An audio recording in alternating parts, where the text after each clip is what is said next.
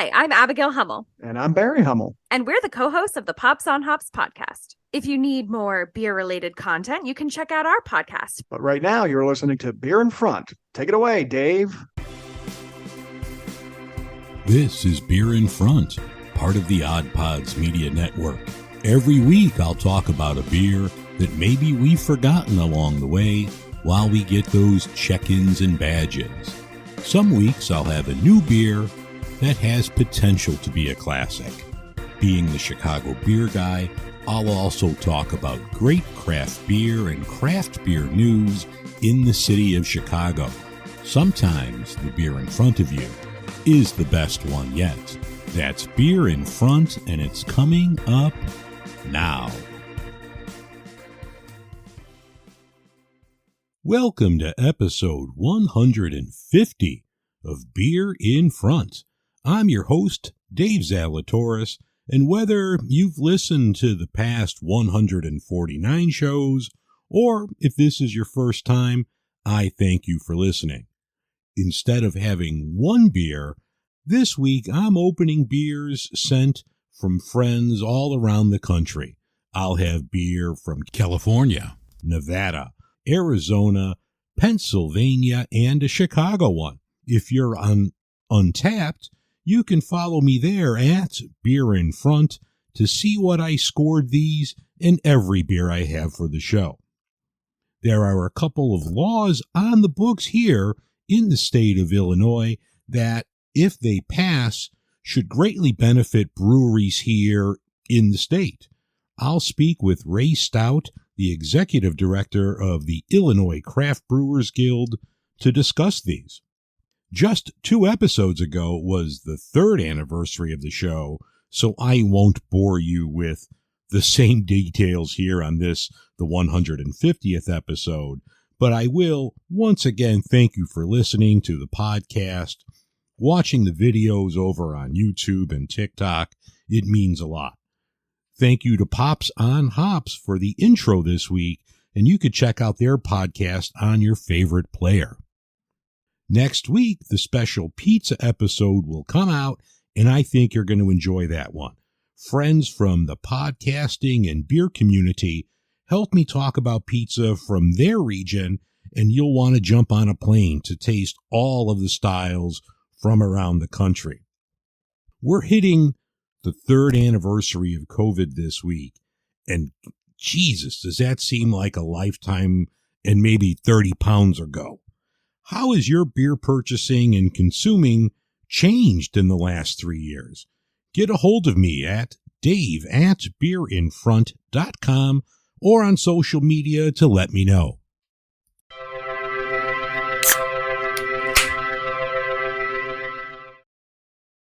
In beer news this week, Friday night I ran to the grocery store after work and I was checking out the beer aisle.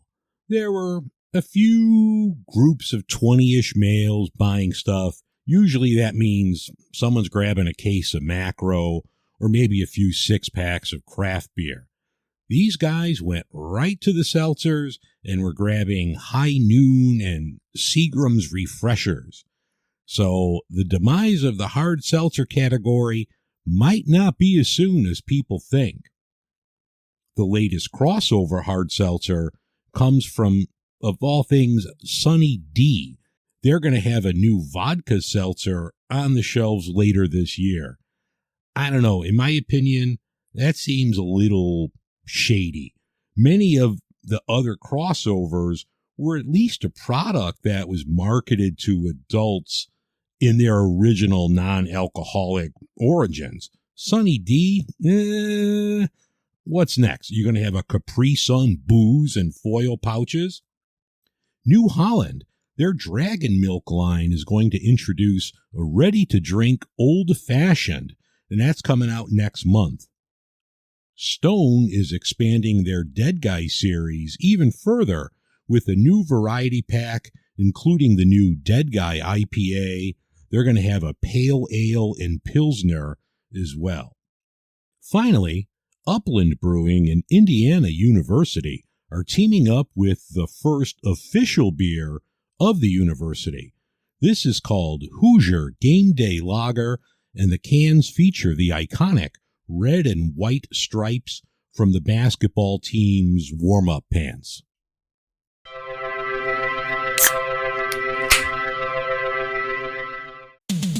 I'm Richie, aka Midnight Agent Raw. I'm Devin, aka Special Delivery Dev. We're the Super Media Bros podcast.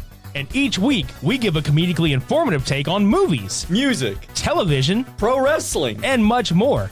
Check us out at supermediabrospodcast.com, Apple Podcasts, Spotify, or anywhere else that you can listen to podcasts. Shades on. We're off. Be sure to catch the latest from Super Media Bros wherever you listen to podcasts. There are a couple new bills being introduced into the Illinois General Assembly that will modernize our liquor laws, help to promote growth of Illinois breweries while meeting a demand from consumers for craft beer shipping. To talk about this, I'm happy to have back on the show Ray Stout. Ray is the executive director of the Illinois Craft Brewers Guild and will help explain how these bills will benefit Illinois brewers and consumers of great craft beer all over the country. Ray, thanks for coming back on. Welcome back. Oh, it's a pleasure to be back. I always love this show. Of the two bills, Senate Bill 2193, which will legalize direct-to-consumer shipping, is getting the most attention. How is this going to benefit breweries and consumers? That's a great question. So I think if you take a step back and look at the liquor laws in the state of Illinois, the main liquor law is the Liquor Control Act of 1934. And you heard that right, 1934. And a lot of the liquor laws are based off of that and come out of that are really result of organized crime in Illinois and Al Capone. And so what we did in the state of Illinois is institute a 3-tier system. So that means there's producers like breweries. There are distributors that are basically the logistics companies that bring the beer from point A to point B. And then there's retailers. You know, one thing about 1934 is that there was no inkling that there would ever be this thing called the internet, right? And so in the state of Illinois, it is illegal to ship alcohol or ship beer through the mail. Right now, you could send wine to a consumer in Illinois. So since 2007, you've been able to do that. And so as the Illinois Craft Brewers Guild and Illinois Craft Brewers realized throughout the pandemic is that, you know, we need to meet customers where they are, and more they're at their house. You know, one thing that we are getting a lot of attention on is that, hey, this bill could possibly negatively impact retailers. And you know, I hear the hesitancy in their voice to hop on board with this. And I think the fear is valuable. But the facts of the matter are, in states that have already legalized direct-to-consumer beer shipping, there's actually a higher percentage of retail and distributor jobs per capita. And actually, if you look at the experience with Illinois wine, there are actually more Illinois wine retailers now than there were in 2007 when direct-to-consumer wine shipping was legalized. But, you know, in essence, this bill allows the consumer to hop online and have beer shipped from the brewery directly to their house using a third-party service like UPS, DHL, and FedEx. One thing that's important, this is not a delivery bill. This is not, you know, calling up the brewery and having somebody drop a 4-pack of beer on your doorstep. This is something that, you know, goes through the mail, just like any package you would order. You know, I was reading an article on Brewbound on, I think, Saturday, and there was a Harris poll, and it said that almost 4 in 5 consumers said they would buy more craft beer if there was a bill like this passed. And also, there was something like in states that have this bill, there's like 15% more distributor jobs as well. So it sounds like it's a win-win for everybody. It is a win-win for everybody. And that's exactly right, is that article and that Harris poll really shines a light on the desire for consumers to have access to these products. And, you know, right now, even if you get something delivered, it has to go through the distribution and retail tiers. And, you know, as we know, most of our breweries in the state of Illinois are self-distributed or have limited distribution regions, because most of the breweries here are pretty tiny by and large. And so for somebody to get, scratch brewing beer up in Lake County is virtually impossible. Even though they are up for a Michelin star and make delicious beers, they're just not one that are found in most distributors' catalogs. Another thing I do want to highlight, what's happening in the retail shelves, is what I call the Voodoo Ranger effect. And so right now we're seeing a lot of macro breweries masquerading as craft that are filling the SKUs on the shelves because they could sell beer for a significantly lower price point. And so if you have, a hazy Voodoo Ranger sitting next to a hazy Illinois craft beer, they're going on the retail shelves. They're going to be able to undercut price dramatically. And, the rank of the file customer really, gravitates towards price when it's an apples to apples. We both know it's not apples to apples because Illinois craft is far superior. But, that in terms of buying decisions on the retail shelves, there's fewer and fewer slots for Illinois craft beer. So we are looking towards the future here. Now, if this bill passes, is this going to be voluntary that a brewery is going to participate? And if they do, is this just going to be for special releases, or if, hypothetically, say someone in Nebraska wanted to order a 4-pack of Dovetail's Vienna Lager, would they be able to do that? Yeah. So any of this is voluntary. So, some breweries are going to be early adopters when this legislation passes. Some are going to be hesitant. It's going to create a whole new marketplace here in the state of Illinois for these companies to start shipping their products directly to consumers. And, shipping infrastructure takes a little bit to stand up. And, right now the cap that we're proposing in our legislation is 12 cases of beer per year that could be shipped directly to your door. That mirrors the wine language. And yes, if Nebraska was a state that had legalized direct consumer beer shipping, and there's 14 states that do, then you could order a 4-pack a Dovetail delivered to your door. I think one thing that we'll all call out is that shipping alcohol is cost prohibitive. It's expensive, right? Alcohol is a lot. You generally want to keep it under temperature controlled situations, especially with a lot of these fresh hazy products. So there'll be dry ice involved. And, there's ways to do it because food's been doing it forever, right?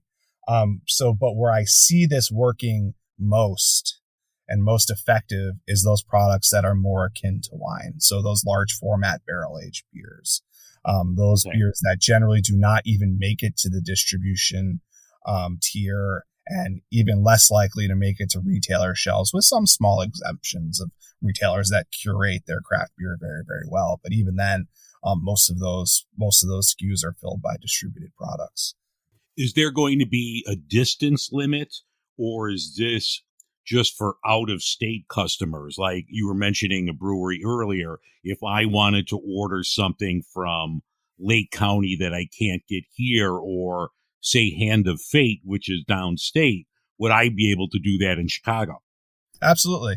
And so the bill we're proposing would allow for the statewide shipping of alcohol, as well as the bi-directional shipping of alcohol to and from states that have direct-to-consumer beer shipping. So this opens up new markets for our brewers in Illinois, and opens up new opportunities for craft beer enthusiasts in the state of Illinois.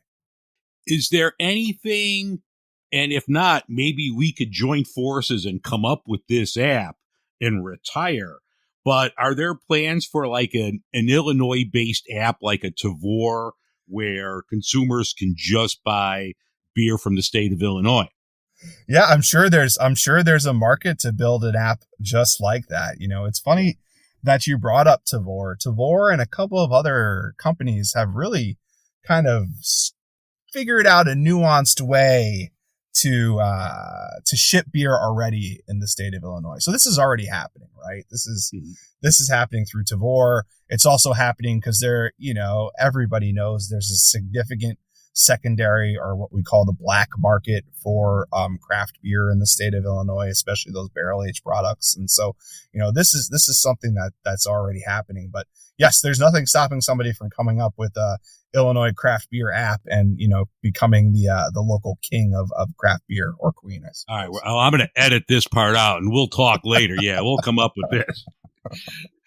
The second bill that's up is Senate Bill 2216, which is the beer omnibus bill, and that's going to formalize and clarify beer drinker engagement programs while making it easier for breweries to grow and modernize.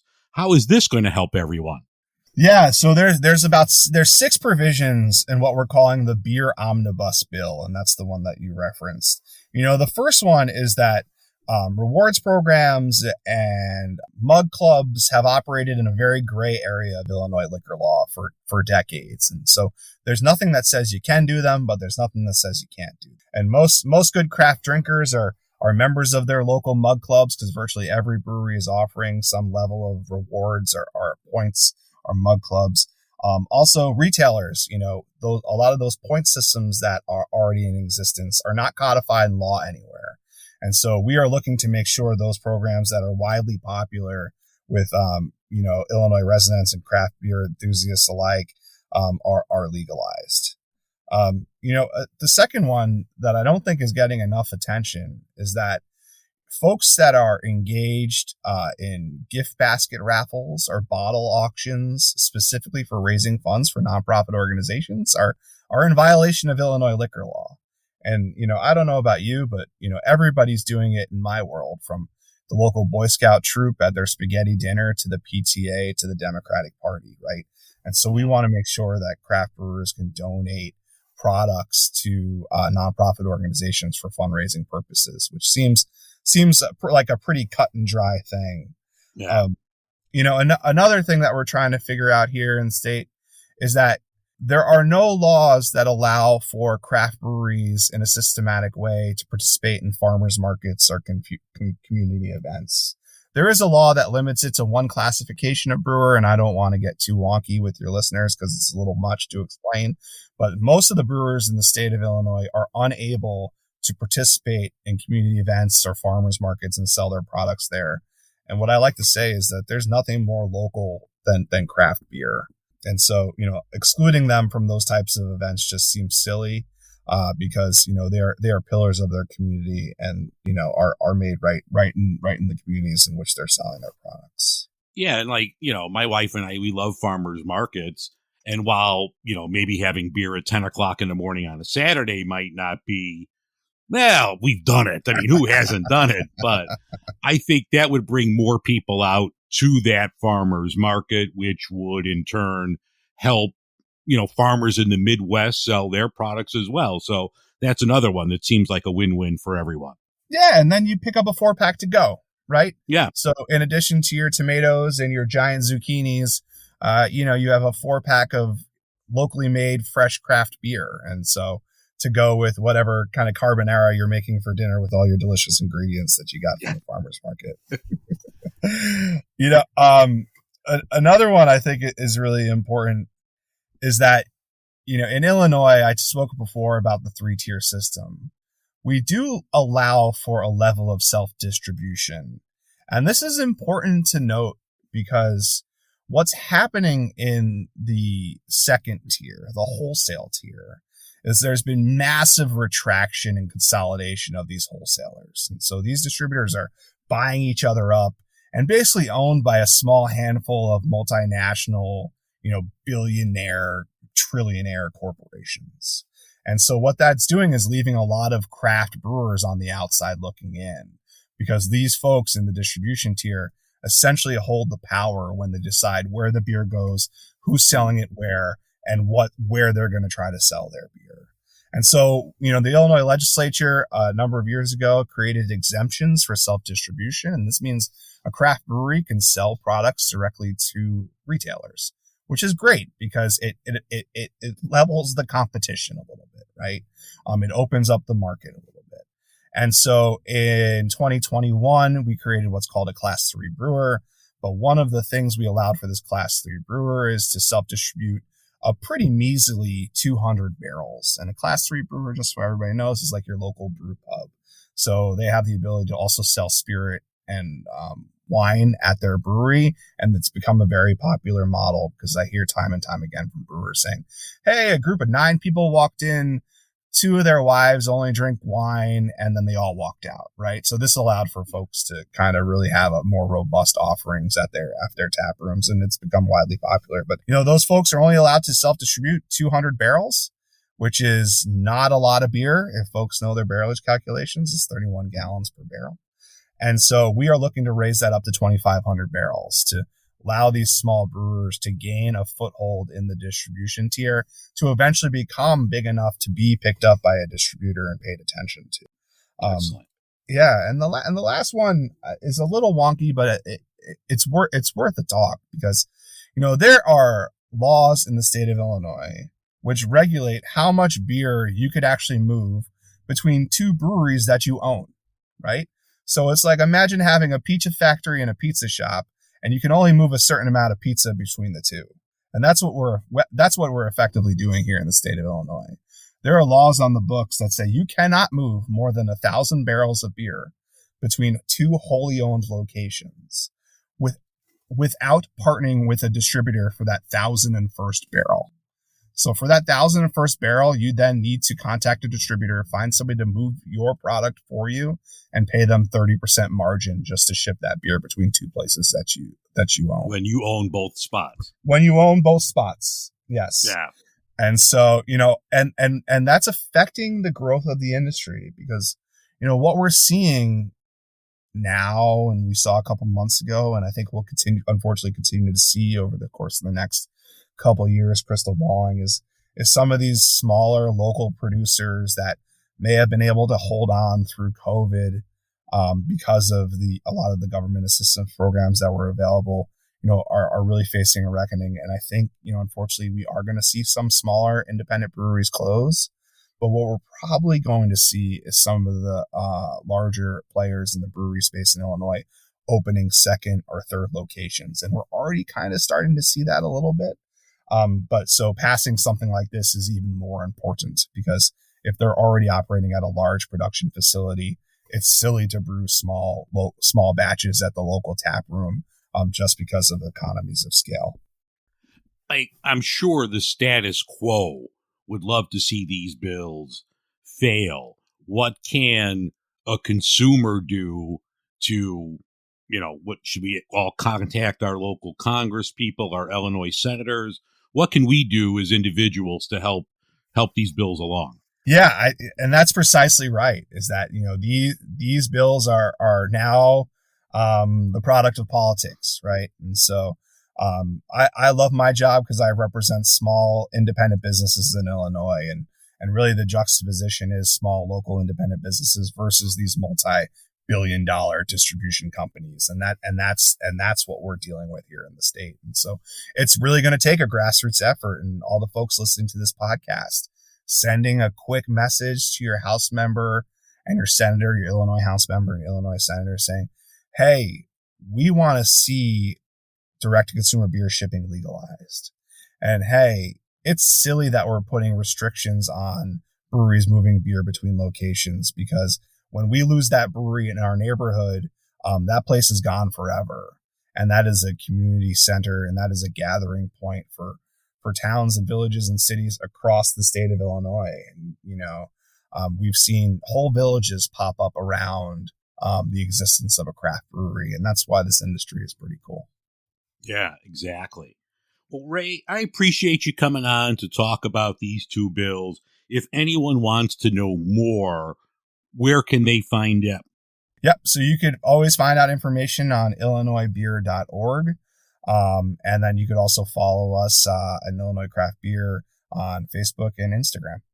Now, we were talking before we hit record about a couple other things. Is there anything else you'd like to bring up? Yeah, I was talking before about how much I love the reviews that you do, and one of the things that I saw you do is the Hard Mountain Dew, and thank you for doing it because I didn't have to try it myself, even though I see it all the time and in the stores. And one bill that is actually sitting before the Illinois legislature has to do with the merchandising of products like that. And I think it's incredibly important because the last thing we want to do is promote underage drinking here in the state. And so, right now it is legal to put your can of hard Mountain Dew right next to the regular Mountain Dew on the shelves in stores. And, we think that sends the wrong message to consumers, and definitely the wrong message to kids. So there's a bill right now that forces the separation of these alcoholic products masquerading as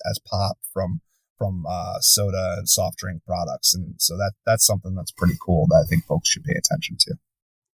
Yeah, exactly. We were talking, off air. Sunny D is coming out with a vodka seltzer later this year. I know, I haven't seen it really in the grocery stores, but I know at like a Binny's I've seen Sonic has a hard seltzer that, if you're not paying attention, you would just think, oh, wow, Sonic makes a pop. I could grab this. Yeah, it does seem like the lines seem to be blurred between non-alcoholic and alcoholic as people are buying stuff based on like childhood memories. That's right. And, I was in the House Executive Committee listening to testimony when this came up. And, one of the House members said, hey, I thought I was grabbing a seltzer off the shelf, and about half a seltzer later, I was thinking something was wrong with me before she realized it was alcohol. And so, yeah. I know I'm laughing, it's serious, but it was a good story and a good way to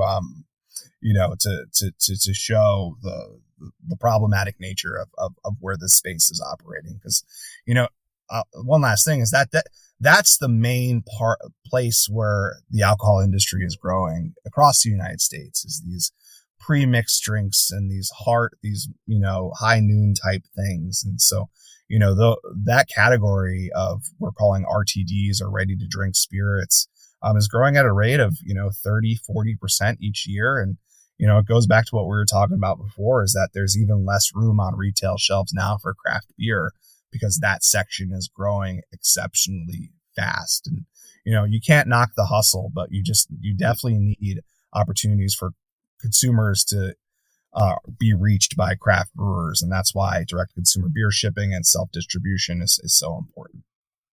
Well, Ray, you're in your car, so I'll let you continue to focus on the road. I do appreciate you coming on. I'm sure I'll talk to you pretty soon for Illinois Craft Beer Week. Oh, can't wait. It's going to be great this year. Excellent. All right, Ray, take care of yourself. We'll talk to you soon.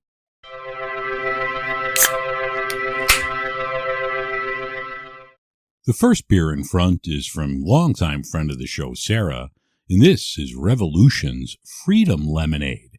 This is a session sour ale with lemons and natural lemon flavors. This checks in at 4.5% alcohol and is rated 3.9 bottle caps over on Untapped. I like this one. I've had it before. Revolution has a few different flavors with this session sour series, but the lemonade is good. I haven't had it in a while, so let's crack it open thanks to Sarah.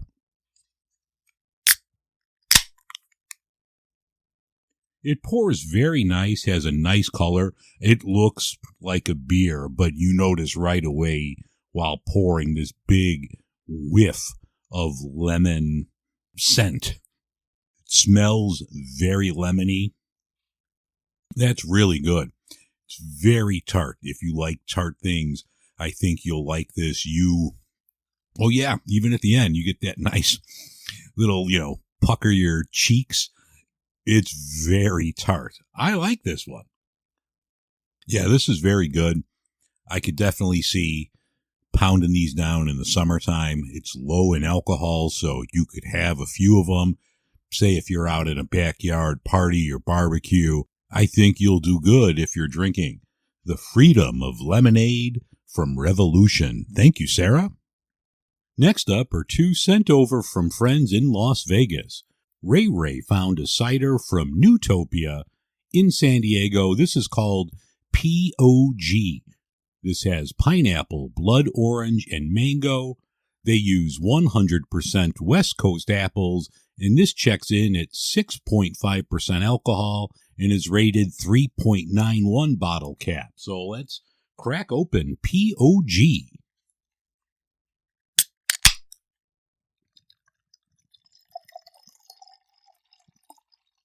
Wow, this really smells good. Like the first wave that hits me with the aroma is the pineapple. And that's pretty much all I get out of the aroma, but it looks good, looks like a regular cider. It's not as carbonated as some others, but let's drink it. Wow, that's really tasty. I don't get as much of the blood orange. The pineapple and the mango hit me right up front.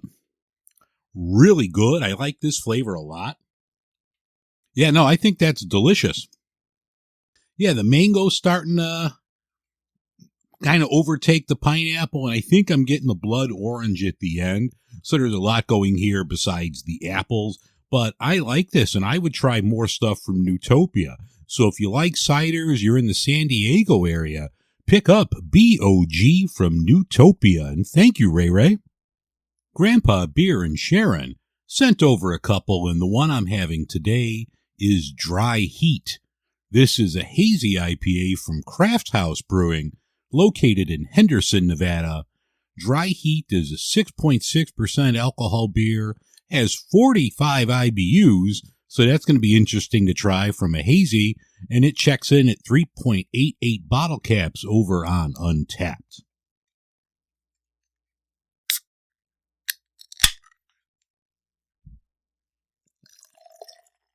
Wow, they're not lying when they say hazy. That is hazy.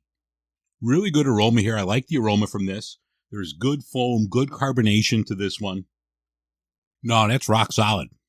I like this one a lot.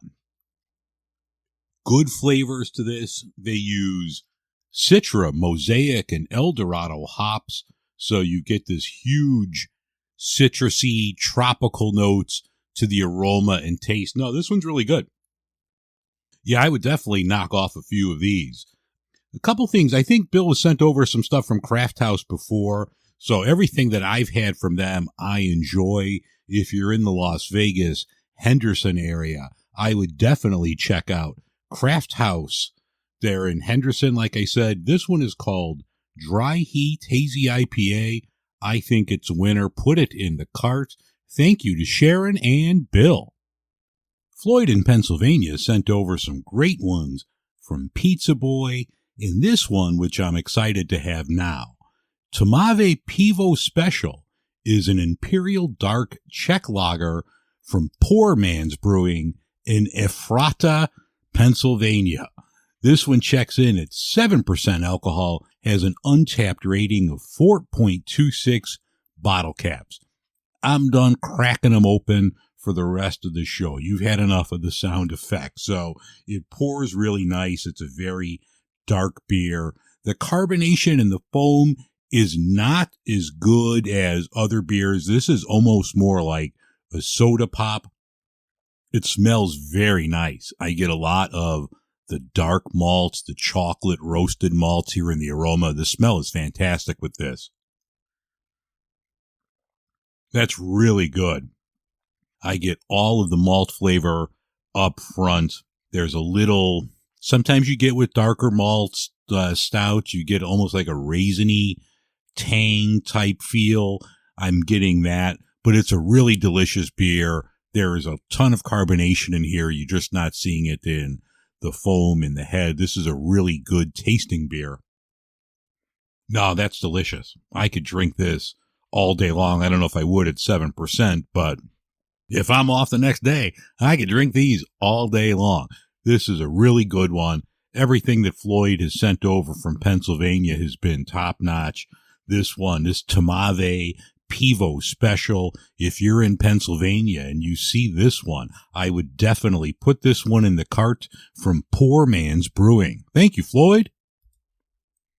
The next beer I'm going to have is courtesy of my friend PJ in Phoenix. He sent over a couple great Arizona beers. He's going to be on the podcast next week on the pizza episode.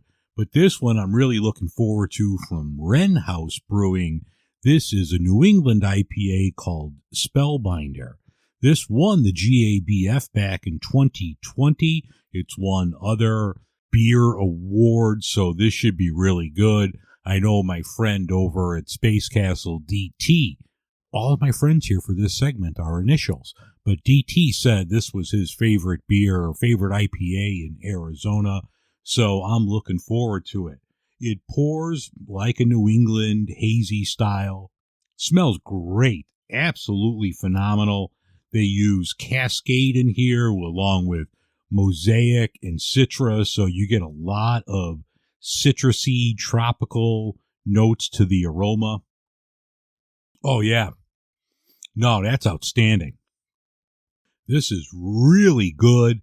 They use some white wheat in here, so it's not your typical IPA, typical New England. The wheat in here adds a nice touch to it. I think it's very smooth, very like creamy almost. It has a really good flavor. No, that's terrific. This checks in at 7% ABV. Really good beer if you're in the Phoenix, Arizona area or in an area where they distribute. I would definitely check out Wren House Brewing and pick up their Spellbinder IPA. Thank you, PJ. Next up is a beer courtesy of J&K over at Fuck My Work Life podcast. That's a great show. Check that out every week. This is a beer from Oceanside, California. It's the South O Brewing Company. This is Loma Alta. It's a Mexican lager, 4.7% alcohol. Before I talk about it, what a beautiful can. The artwork on this can is absolutely outstanding. If I were to see this at a bottle shop or liquor store, I would buy it without even knowing anything about it. The font is good. Their logo is good. Really nice packaging on this. I poured it. It's a Mexican lager. It's very clean looking, very light, good carbonation here. Good aroma. There's a little sweetness in the aroma. I don't get a lot of hops, but you generally don't get that in your Mexican lagers. No, that's really good. Very crisp, very clean, a little more on the sweet side than you would get if you're thinking of Mexican lager. You're thinking of a Corona or a Modelo. This is definitely a notch above that. Really good flavor here, good sweetness. They use Motueka hops, which gives it a nice lime citrus flavor to it, which is kind of interesting. They're using New Zealand hops in a Mexican lager, but this works really well. Yeah, that's outstanding. 25 IBU, so it's not very bitter. According to the brewery website, this is a gluten-reduced beer. I wouldn't know the difference. If I didn't read that off the website, I wouldn't know the difference. I think this is really good. If you're in the Oceanside area, I would definitely pick this up. This is outstanding. They sent over an IPA as well, and I'm going to talk to them actually this weekend. We're going to do a joint thing. They're going to come on my show. I'm going to come on theirs. So they sent over a couple different ones, an IPA, and then I sent them a few Chicago beers. So that'll be coming out in a couple weeks, and you should definitely check that out and check out their podcast. But if you're in the Oceanside area, I would definitely hit up South O Brewing Company and pick up Loma Alta. Thank you to J&K. The last beer in front I'm going to have is a black IPA from Illinois. I couldn't have a show where I talk to the executive director of the Illinois Craft Brewers Guild and not have another beer from our great state. This is from Beguile and Dry Hop. This is Johnny Quest Thinks We're Sellouts. This might have been the first black IPA I had. I remember having this over at Dry Hop probably 2014, I would say. And I thought, wow, this was really good. I think that was the first time I was ever at Dry Hop and the first I've heard of Beguile. So This started me on my black IPA journey, and I found two great Illinois breweries that I still drink to this day. So let's crack open Johnny Quest Thinks We're Sellouts. Oh, this pours great, really nice foam. I'd say a good 2 fingers of nice mocha-colored foam here. The smell is really good. You get all of the West Coast IPA hops that they use here. I think they use Cascade, Simcoe, Citra, and Galaxy. In combination with the darker malts, the aroma smells fantastic. No, that's really good. If you like black IPAs, I think this will be right up your alley. It's really good. You get everything right there. You get the dark malts and the flavor. You get all of the hops. Really delicious. There's a good bitterness at the back of your tongue. This checks all the boxes for a really solid black IPA. Yeah, that's a winner. It's not very high in alcohol. It's only 5.4%. So, and I'm not sure this is a year-round thing because I don't see it all the time. So you could find it now. So if you're near Big Isle or Dry Hop or your favorite bottle shop, I would definitely pick up Johnny Quest Thinks We're Sellouts.